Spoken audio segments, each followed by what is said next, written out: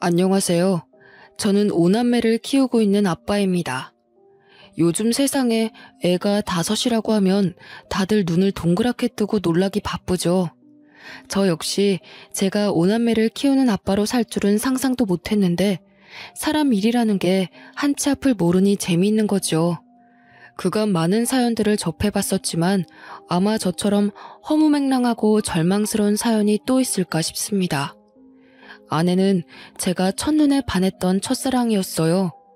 보자마자 어찌나 웃는 모습이 아름답던지 아무 생각이 나지 않고 멍해졌습니다. 처음으로 누군가를 절실하게 원해봤고 그리워해봤던 순간이었죠. 저 사람이 아니면 정말 안 될 것 같다는 생각 때문에 저는 아내의 마음을 얻으려 많은 노력을 했었습니다.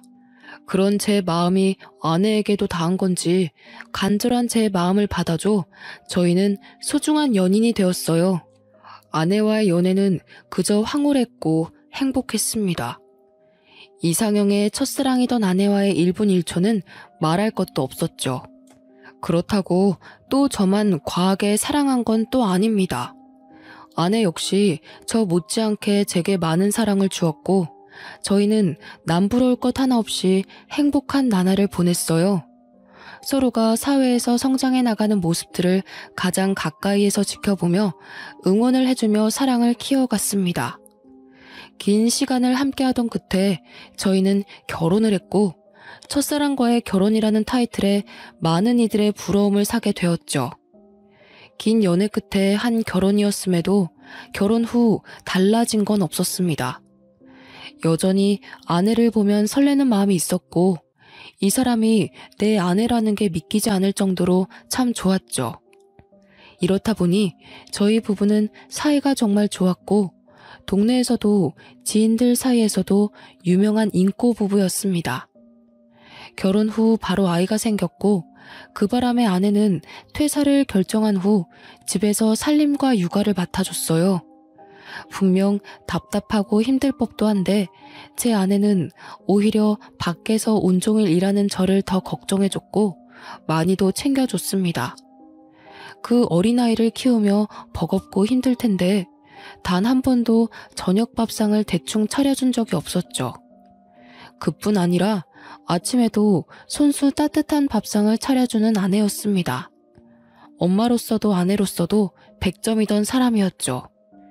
이런 아내와 토끼 같은 자식을 두고 있으니 솔직히 세상 부러울 게 없었어요. 저를 살아가게 하는 원동력이 바로 제 가족들이었죠. 문제 아닌 문제는 사이가 너무 좋아서 그런지 연달아 쭉 아이를 낳게 되었고 결국 5남매의 부모가 되었다는 겁니다. 저희 부부 모두가 아이를 좋아하고 원했기에 3명 정도를 낳을 생각이긴 했어요. 그러나 이렇게 5남매를 키우게 될 줄은 상상도 못했습니다. 사이도 좋았던 부부가 5남매를 키운다고 하니 주변에서는 엄청난 이슈였고 또 저희 부부를 대단하게 여겨주시더라고요. 요즘 아이 1명 키우는 것도 벅찬 세상에 5을 어떻게 키우냐며 대단하다고 말이죠. 저희 부부가 5남매를 낳고도 걱정 없이 살 수 있었던 건 솔직히 제가 버는 돈으로 충분히 여유 있게 살 수 있었고 아내가 집에서 해주는 살림과 육아 덕분에 가능했습니다. 아내도 저도 각자 맡은 일에 최선을 다했기에 5남매를 키우는 건 솔직히 큰 문제로 다가오지 않았죠. 사실 아내에게 미안한 부분들도 많았습니다. 사업가로 승승장구하면서 가장으로서 역할을 다하느라 애들 곁에 늘 있어주는 아빠가 아니라서 가슴 한켠에는 늘 미안함이 있었죠. 그런 저를 보며 아내는 늘 말해줬습니다. 여보, 요즘 왜 자꾸 말끝마다 미안하다는 말을 하고 그래? 진심으로 미안해서 그렇지. 5남매 키우는 것도 벅찰 텐데 힘든 내색 한 번을 안 하고 군말 없이 살림에 육아에 다 해주니까. 여보, 그렇게 따지면 당신도 쉴 수 있으면서도 안 쉬고 우리 5남매 안 굶기려고 휴무도 없이 일하잖아. 그냥 그렇게 생각해봐. 나도 여보도 각자 역할에 최선을 다하는 거라고 생각해봐봐. 비교하는 건 아니지만 다른 집 아내들 보면 독박 육아에 모내해서 힘들다고 하는데 당신은 어쩜 그런 게 없냐? 정말 고마워 여보. 에이, 솔직히 오남매 나까지 먹여 살리려고 노력하는 무거운 당신 어깨만큼 힘들까? 나야 뭐 애들 보고 집에서 살림하는 게 전부인데 뭐. 당신이야말로 늘 고마워.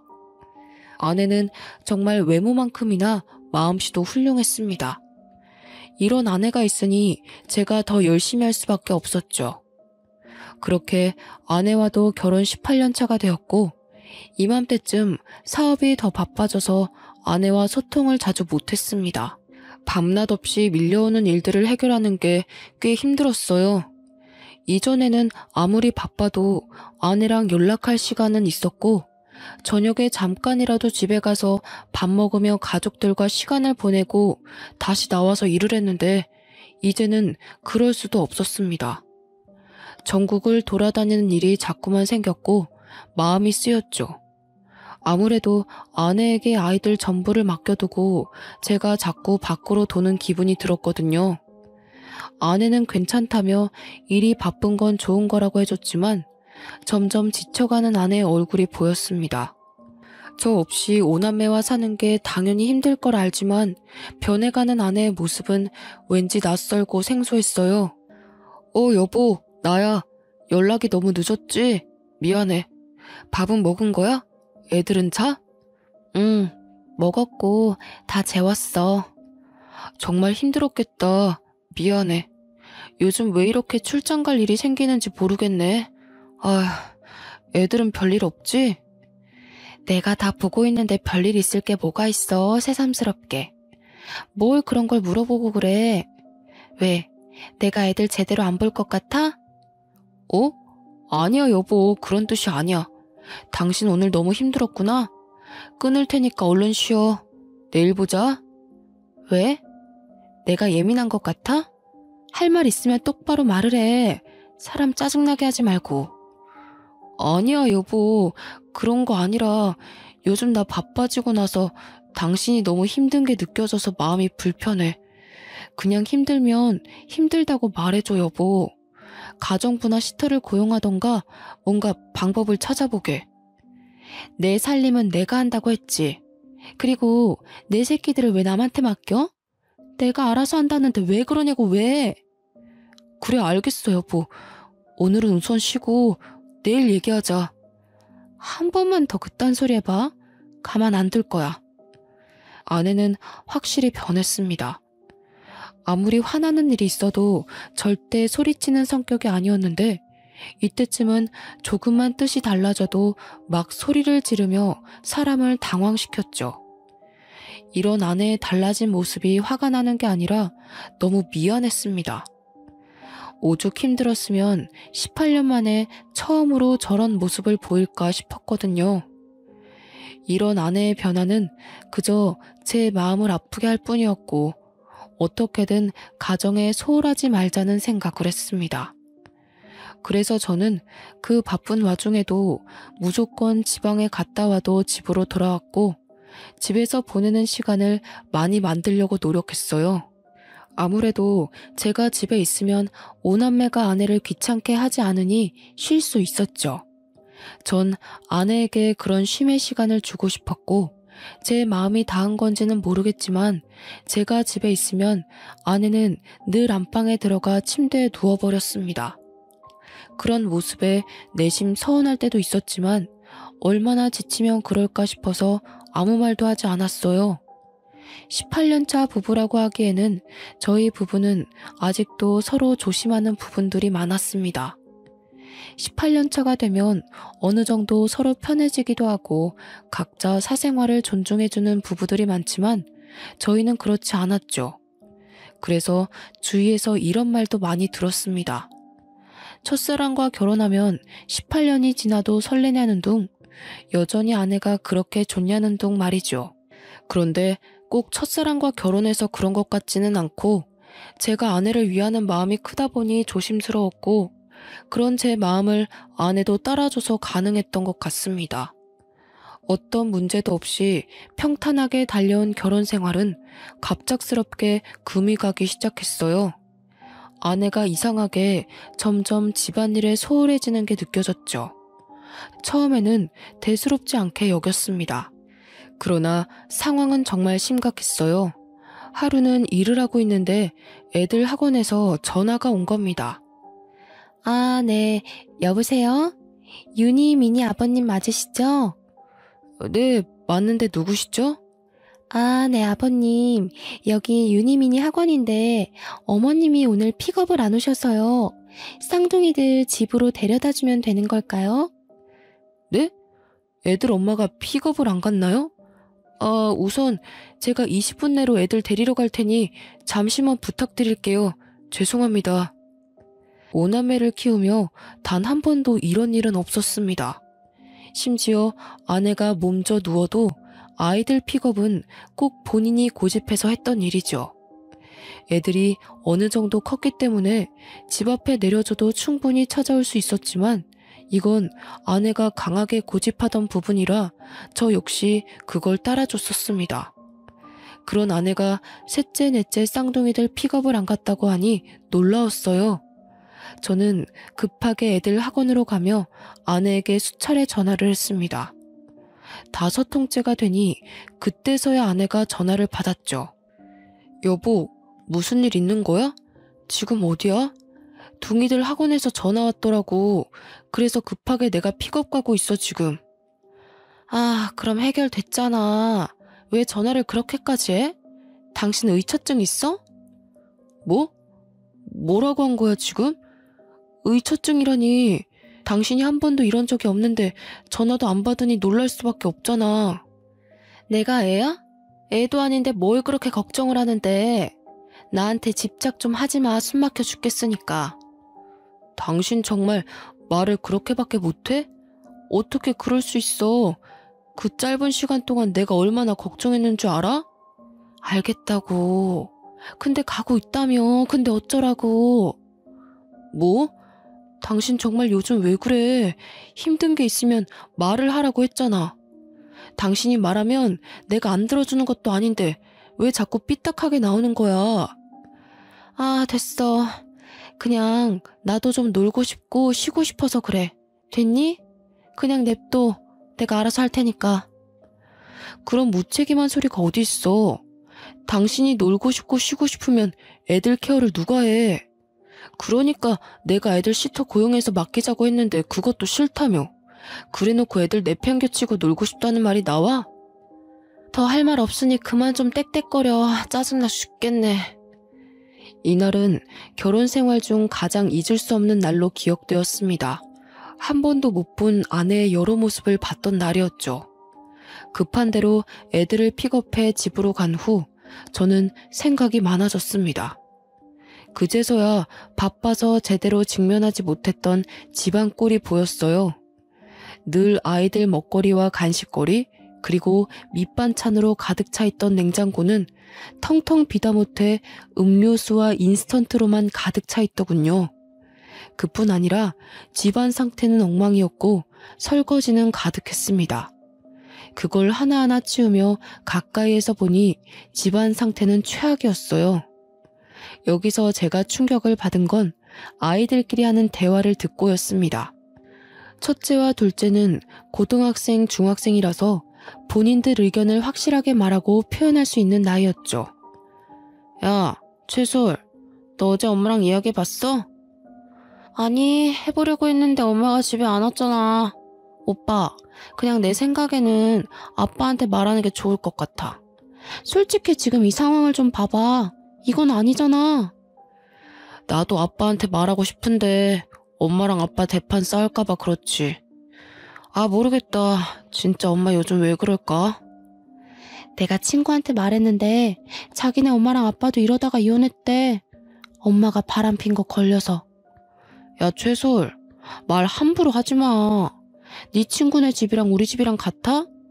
엄마는 그냥 잠깐 방황하시는 거겠지. 엄마가 그럴 사람이냐? 아니, 솔직히 난 이상한 게 한두 가지가 아니야. 오빠는 남자라서 잘 모르겠지만 뭔가 동생들도 다 뭔가, 아니야, 됐다. 첫째와 둘째의 대화는 머리를 한 대 얻어맞은 것처럼 충격적으로 다가왔습니다. 순간적으로 애들 방문을 확 열고 들어가 무슨 말이냐고 물어볼까 싶었지만 전 그러지 않았어요. 제 머릿속이 너무 복잡해서 이것들을 정리할 시간이 필요했죠. 생각해보니 아내는 단 한 번도 본인 입장을 내세워 본 적이 없었습니다.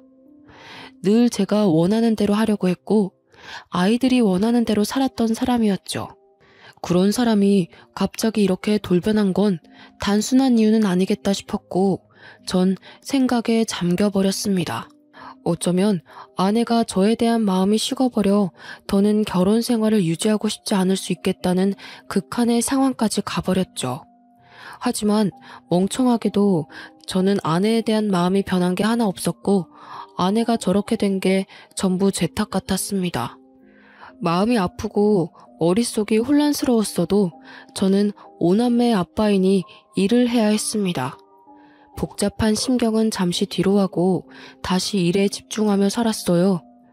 여전히 아내는 밖으로 돌았고 첫째와 둘째가 막내까지 돌보고 있다는 사실을 알게 되었습니다. 결국 아내의 의견을 듣지 않고 가사 도우미와 베이비시터를 고용해 아이들을 맡겼죠. 아내에게 대체 왜 그러냐고 따져 묻고 싶어도 너무 바빠서 그럴 시간도 없었고 아내랑 마주할 시간도 없었어요. 분명 아내도 베이비시터와 가사 도우미를 고용한 걸 알 텐데 제게 아무 말도 하지 않는 걸 보고 절망했습니다. 이제 정말 걷잡을 수 없을 정도로 아내와 멀어진 기분이 들었죠. 조금만 지나면 제가 숨 쉴 틈이 생기니 그때가 되면 아내에게 대체 왜 그러냐고 물어보려던 참이었어요. 그러던 어느 날 첫째에게 연락 한 통을 받았고 모든 게 무너지는 기분이었습니다. 다급하게 통곡을 하며 전화가 왔고 그 전화 내용은 셋째가 교통사고가 났다는 연락이었죠. 놀란 마음에 엄마는 어디 있는지 물어볼 새도 없이 전 곧장 병원 응급실로 향했습니다. 그렇게 도착해보니 첫째와 둘째가 울며 의식 없는 셋째 곁을 지키고 있었고 병원 관계자들은 저를 보며 보호자가 맞냐고 묻는데 정말 하늘이 무너지는 기분이었어요. 셋째가 사고가 났는데 보호자인 애엄마가 연락 두절이라 애들이 이러지도 저러지도 못했더라고요. 제게도 물론 전화를 했으나 전 회의 중이라 아예 받지도 못했습니다. 그 긴 시간 동안 애들끼리 얼마나 무섭고 불안했을지 또 셋째는 얼마나 아팠을지 생각하면 가슴이 찢어지는 기분이었죠. 정신이 없었지만 차근차근 해결해 나가려 정신을 딱 붙잡았습니다. 그런데 또 충격적인 얘기를 들어야 했어요. 보호자분, 환자분과 보호자분 수혈 적합검사를 실시해보았는데 수혈 자체가 불가능하세요. 지금 환자분 혈액 수치가 너무 떨어져서 B형의 혈액을 구해서 응급수혈 해야 되거든요. 여기 보호자가 수혈 동의서 작성해 주셔야 되세요. 네? 왜 수혈 검사가 안 되는 거죠? 아니 B형이요? 제가 윤이랑 혈액형이 같은데 무슨 말씀이세요? 윤이 A형 아닌가요? 네? 아니에요. 방금 검사실에서 연락받았는데 최윤님 B형이라고 확인받았습니다. 혹시 A형으로 알고 계셨어요? 일단 수치가 계속 떨어지니 서명 좀 바로 부탁드려요. 저는 정말 당황스러웠습니다. 우리 셋째가 B형이라니. 저랑 아내는 모두 A형인데 어떻게 B형이 나올 수 있겠습니까? 그제서야 셋째가 저와 닮은 구석이 없는 게 눈에 보이더라고요. 그러나 아내는 닮은 구석이 있기도 했고 오남매가 각자 다르게 생겼으니 그럴 수 있겠지 생각하며 살았습니다. 외적으로는 닮은 게 없었지만 살다 보니 뭔가 저랑 비슷한 구석들이 보였거든요. 아니 더 정확하게는 애초에 친자가 아닐 거라는 의심을 해본 적이 없었죠. 셋째와 저의 유전자 검사를 진행하는 과정에서 혹시나 하는 마음에 오남매 전부 친자 검사를 실시했습니다. 사실 두려웠어요. 이미 셋째는 제 친자가 아닌 걸 알게 되었고 셋째가 쌍둥이니까 넷째도 친자가 아니라는 소리였죠. 그런데 혹시라도 오남매 중 한 명도 내 핏줄이 없다면 이 상황을 어떻게 헤쳐나가야 할지 모르겠더라고요. 그리고 대체 아내가 왜 이런 짓을 한 건지 납득할 수 없었습니다. 떨리고 두려운 마음으로 오남매의 친자 검사를 모두 했고 믿고 싶지 않은 결과를 확인하고 손이 떨리기 시작했습니다. 어떻게 5아이 모두가 친자가 아니라는 결과가 나올 수 있을까요? 저는 아직도 믿기지 않습니다. 결과가 확실하냐고 몇 번이나 되물었죠. 참 믿기지 않았던 게 저희 부부는 사이도 좋았고 자연임신을 수도 없이 시도를 했습니다.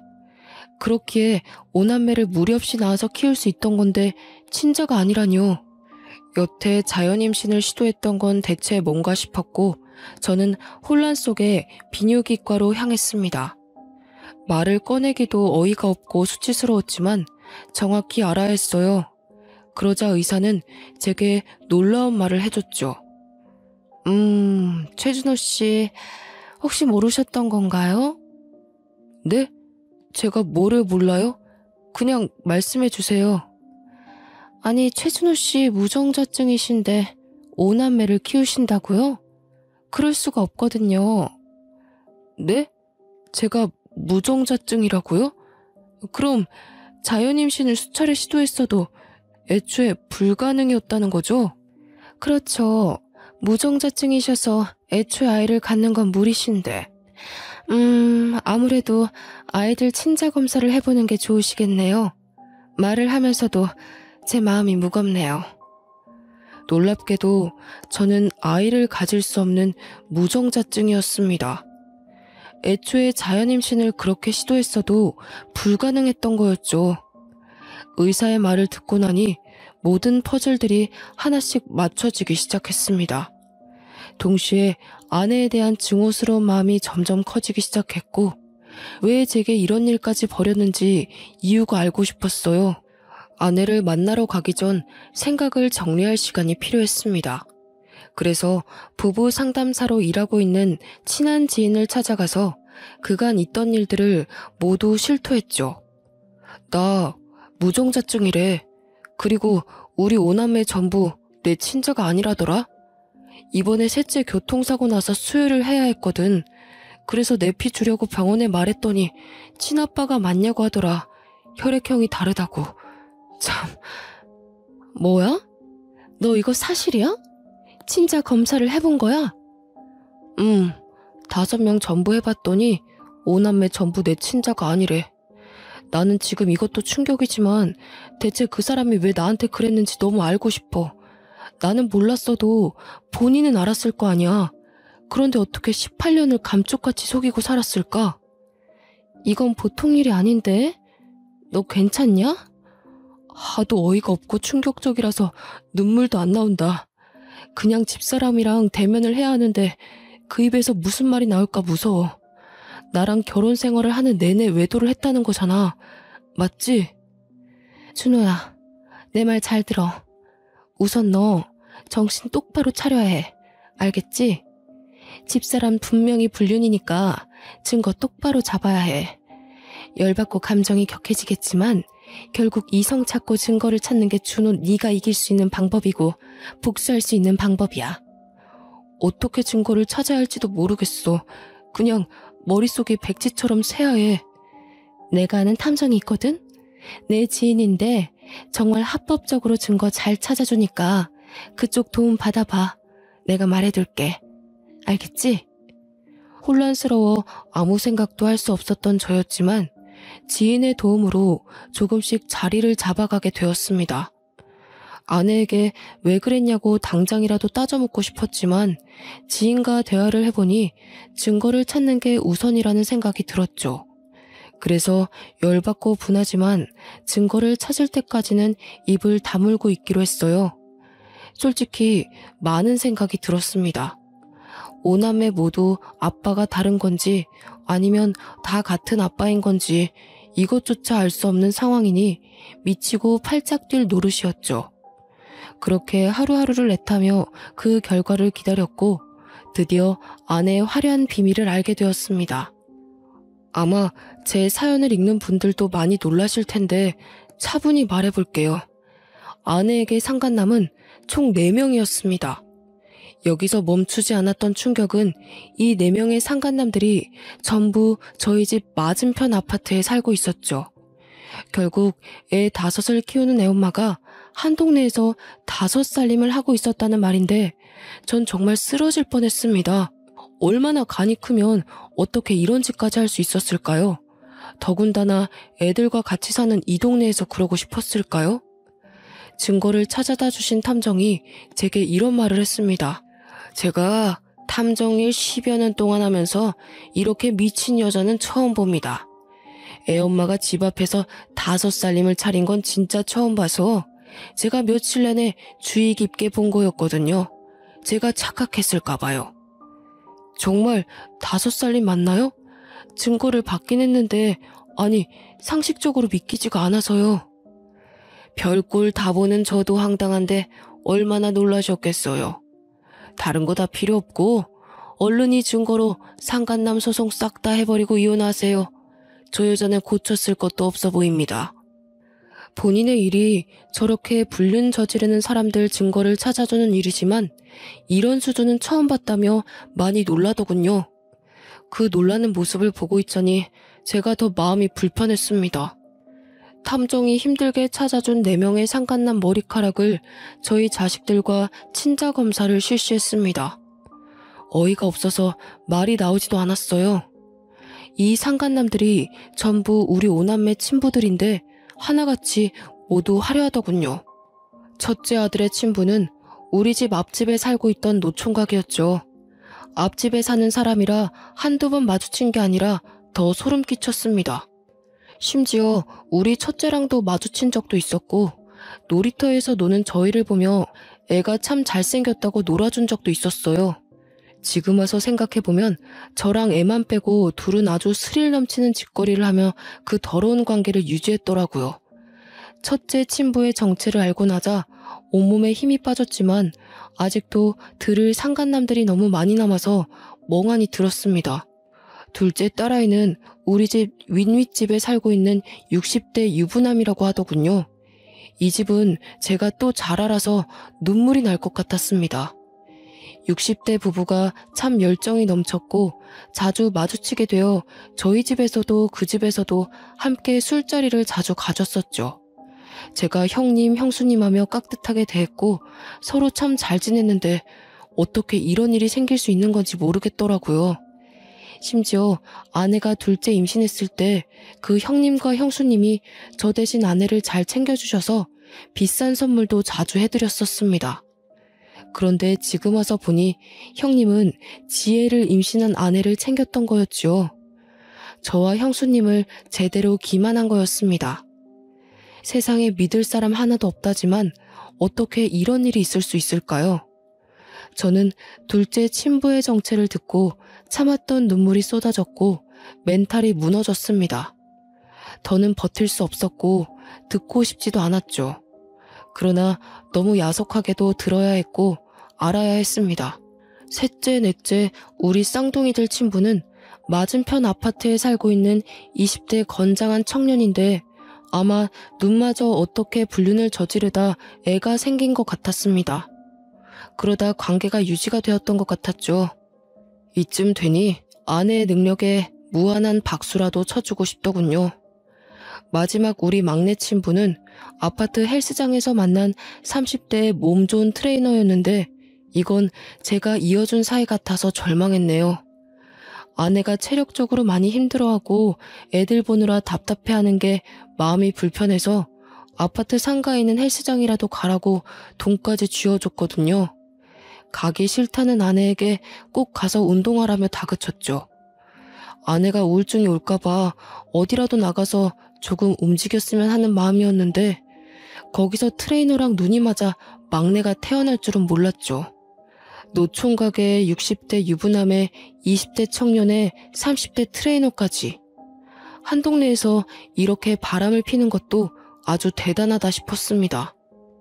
능력이 아주 좋은 거겠죠? 저는 자리를 깔아줘도 못할 것 같았거든요. 눈이 확 뒤집혔고 충격을 너무 많이 받아서 말도 제대로 못하고 있었는데 아내가 집으로 왔습니다. 한동안 외박도 말없이 하고 집안일은 아예 손을 떼버렸고 애들도 제대로 보지 않았죠. 아내가 오면 다툴 게 뻔했고 이 놀라운 사실을 애들이 듣기는 원치 않았습니다. 혹시 몰라 이웃집에 나눠서 애들을 맡겨뒀고 불 꺼진 집에 조용히 앉아있으니 아내가 놀라서 먼저 말을 하더군요. 아, 깜짝아. 뭐야, 집에 있으면서 인기척도 안 내고 불은 왜 다 끄고 있어? 애들은? 이게 뭐냐? 당신 눈으로 직접 봐봐. 아주 재밌던데? 뭐야? 당신 나 미행이라도 한 거야? 어떻게 이 사진들이 다... 내가 시간이 남아 돌아? 이딴 더러운 짓 하는 아내 미행이나 하고 다니게? 너 정말 화려하더라. 너무 더러워서 말도 못 꺼내겠다. 노총각의 60대 유부남의 20대 남자의 30대 트레이너까지. 당신 대단하더라. 여보, 그게 내가 다 설명할 테니까 기회를 줘. 응? 무슨 설명이 필요해. 애 5을 낳은 엄마가 한 동네에서 5살림을 하고 있었는데. 안 그래? 나 하나만 좀 물어보자. 나한테 대체 왜 그런 거냐? 내가 당신을 좋아해주니까 만만했어? 난 좀 머저리 같으니까 남편으로 두고 당신은 욕구 풀고 다닌 거야? 여보, 정말 그런 거 아니야. 웃기지 마. 뭐가 아닌데 대체. 애가 5인데 내 친자식이 한 명도 없다는 걸 어떻게 받아들일까? 어?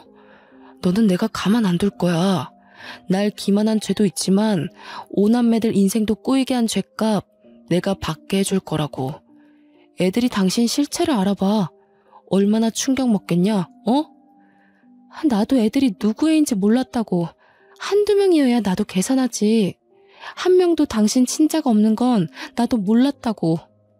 아, 물론 섞인 건 알았지만 진짜 몰랐다고 나도. 미친 소리 하고 있네. 당신이 사람이냐?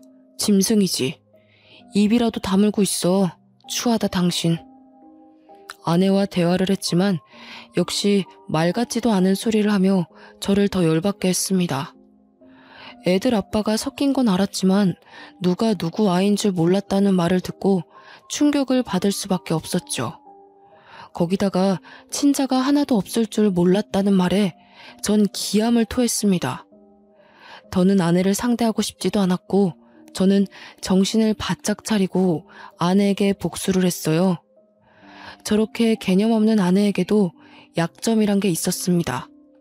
바로 교수인 장인과 교감인 장모였죠. 워낙에 엄격하신 분들이라 이 사실을 알면 제가 뭘 하지 않아도 난리가 날 걸 알고 있었고 그걸 노렸어요. 장인 장모님께 드릴 말씀이 있어서요. 거두절미하고 이 사진들 좀 보세요. 자네 지금 이게 뭐 하는 겐가? 갑자기 찾아와서 무슨 이런 흉측한 사진들을. 이거 지금 우리 아영이가 맞나? 어? 바른 대로 말해보게. 네, 맞습니다. 저희 동네에서 5살림을 하고 있었더라고요. 우리 첫째 아빠는 앞집 총각이고 둘째 아빠는 윗윗집 60대 유부남입니다. 그리고 둥이들 아빠는 맞은편 아파트 20대 남자고 막내는 아파트 헬스장 30대 트레이너예요. 한마디로 제 자식은 하나도 없다는 말입니다. 뭐야? 이게 사실인가 자네? 네, 사실이죠. 곧 그 사람도 올 겁니다. 제가 미리 선수 쳐서 온 거예요. 제가 이걸 보여주니 미안하다고 비는 것도 아니라 뭐라는 줄 아세요? 애들이 섞여 있는 줄은 알았지만 누가 누구애인지는 몰랐다고 하던데요. 심지어 제 친자식이 아예 없을 줄은 몰랐다고 변명까지 했습니다. 이런 망할 것 같으니라고. 당신 뭐해? 당장 전화해서 집으로 튀어오라고 해. 안 그래도 전화 중이에요. 모든 얘기를 듣고 증거들을 본 장인 장모는 난리도 아니셨죠. 교육자 집안에 이런 오점은 있을 수 없다며 아내를 호적에서 파내고 쫓아냈습니다. 아내가 와서 빌고 또 빌었지만 어느 정도 수준이 돼야 용서도 해주는 것이라며 이 정도 수준은 용서조차 구하는 것이 잘못이라고 하셨죠. 역시 제가 본 장인 장모님답게 팔이 안으로 굽지 않고 현명하게 대처를 해주셨어요. 장인 장모의 돈이 없으면 갯불도 없는 아내이기에 아내는 빌고 또 빌어야 했습니다. 그럼에도 불구하고 장인 장모는 아예 아내를 쳐내버렸고 저 역시 법적 대응을 시작했죠. 이 시간이 제게 너무 힘든 시간이었는데 장인 장모가 수없이 찾아와 사죄했습니다. 아내를 잘못 키웠다며 너무 미안하다고, 사위 인생 박살내서 면목이 없다며 참 마음이 아플 정도로 우셨습니다.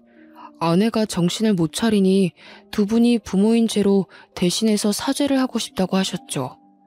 사실 두 분 잘못이 뭐가 있겠습니까? 저 역시 두 분께는 악감정은 없었기에 그만하셔도 괜찮다고 늘 말을 했습니다. 아내와 법적으로 다투던 것들이 이혼뿐 아니라 많고 다양한 상간남 소송을 전부 하고 있었고 양육권 문제도 있었죠. 사실 제 친자는 하나도 없는 우리 오남매는 아내가 키우는 게 맞긴 합니다. 그러나 저런 능력도 없는 아내에게 오남매를 보내고 싶지 않았어요. 애들 미래가 어떻게 될지 뻔히 보였습니다. 거기다 아무렴 키운 정이 있고 내 새끼들로 여태 키웠는데 친자가 아니라고 해도 도저히 오남매를 버릴 수는 없었습니다. 그래서 제가 오남매를 키우기로 했고 법정에서도 경제적 능력이 있는 제 손을 들어줬습니다. 여기서 오남매의 의견도 물어봤는데 어느 정도 사실을 알게 된 오남매 모두가 저와 함께 살고 싶다고 의견을 냈죠. 긴 싸움 끝에 아내에겐 위자료를 받고 이혼을 끝냈고 상간남 소송도 전부 승소해 위자료를 아주 두둑하게 챙겼습니다. 우픈 얘기지만 상간남이 많으니 위자료만 해도 억소리가 나더군요. 거기다 아내는 제게 오남매 양육비를 매달 줘야 했기에 막막할 겁니다. 경력 단절에 능력 부족인 아내가 무슨 일을 할 수 있을까요? 큰 사건을 겪었고 슬픈 진실을 알게 되었던 저와 오남매는 오히려 이전보다 더 돈독해졌습니다. 누구 자식들인지 충격이 컸을 텐데 더 씩씩하게 지내줘서 참 고마운 거 있죠. 아내와 살았던 기억을 전부 잊어내고 싶었고 5살림이나 차린 그 동네에서 오남매와 살기 싫었기에 저희는 기회 삼아 더 좋은 집으로 이사를 했어요. 이사 후 이모님들 도움을 받아서 살림과 아이들 양육을 하고 있지만 또 큰애들이 동생들을 잘 돌봐주기도 해서 저는 걱정 없이 돈을 벌고 있습니다. 그리고 끝까지 사죄하시던 장인 장모님이 아내는 버렸지만 오남매와 저를 놓지는 못하셨어요. 제가 일이 바쁜 것도 알고 오남매를 엄마 없이 키우려면 얼마나 신경을 많이 써야 하는지 아셨기에 따뜻한 손길을 내밀어 주셨습니다. 간혹 이모님들이 사정이 있거나 하면 두 분이 오셔서 오남매를 봐주시기도 하고 오남매 각자에게 통장도 지어주시고 노력을 많이 하고 계세요. 처음에는 아예 연을 끊어버리고 싶었으나 두 분에게는 애틋한 손주들이라 그럴 권리는 없다고 판단해서 아내와 절대 접촉하지 않는 조건으로 허락을 했습니다. 이렇게 오남매와 새로운 터에 자리를 잡고 다시 여유가 생기니 문득 전처가 어떻게 지내는지 궁금하더군요. 그런데 아내의 소식을 윗윗집에 살던 형수님께 들었습니다. 제가 상간남 소송을 하면서 유부남이었던 둘째 친분에도 풍비박산이 났거든요. 형수님과 함께 서로 울면서 참 고통을 겪어냈었는데 1년이 지나고 전화 한 통이 왔었죠. 잘 지내고 있지? 애들도 괜찮고 너도 괜찮은 거지? 네, 저희는 이제 안정을 되찾았어요. 그나저나 형수님은 괜찮으세요? 나는 거기 싹 정리하고 이혼하고 위자료 두둑하게 챙겨서 공기 좋은 곳에서 조용히 살고 있어. 다음에 애들 데리고 놀러와, 쉬고 싶을 때. 잘하셨어요. 너무 충격받으셨을 텐데 형수님도 마음 놓고 편하게 사세요. 다음에 꼭 놀러 갈 테니까 그때까지 건강하셔야 해요. 참, 애들 엄마 소식 들었거든. 여기 살림 차린 상간남들 전부 버렸다고 하더라. 상간남 소송하면서 직장에 소문나서 잘린 사람도 있었고 우리처럼 이혼한 집도 있고 뭐 그래서 그런지 하나같이 다 버렸다고 하더라고. 아, 그래요? 그거 참 잘 됐네요. 쌤통이네요. 더 쌤통은 친정에서도 버림받았잖아. 그래서 지금 오갈 곳도 없고 돈도 없어서 숙식 제공해주는 식당에서 설거지하고 뭐 그런가 봐. 5살림하며 화려하게 살던 게 아주 꼴 좋더라. 우연히 들은 전처의 소식은 한편으로는 불쌍하면서도 쌤통이었습니다. 그러게 조용히 잘 살지 왜 그렇게 무모한 짓을 해서 팔자에도 없는 고생을 하며 살까 싶었죠. 저는 지금도 앞으로도 5남매만을 위해 살 겁니다. 주변에서는 그렇게까지 왜 책임을 지냐고 하지만 누가 뭐라고 해도 제 자식들이거든요. 제 사연을 끝까지 봐주신 분들도 왜 친자가 아닌데 키우냐는 말보다는 5남매와 제 앞날을 응원해 주시길 바랄게요. 긴 사연 들어주셔 감사드리고 돌다리도 두들겨 보고 건너자고요 우리.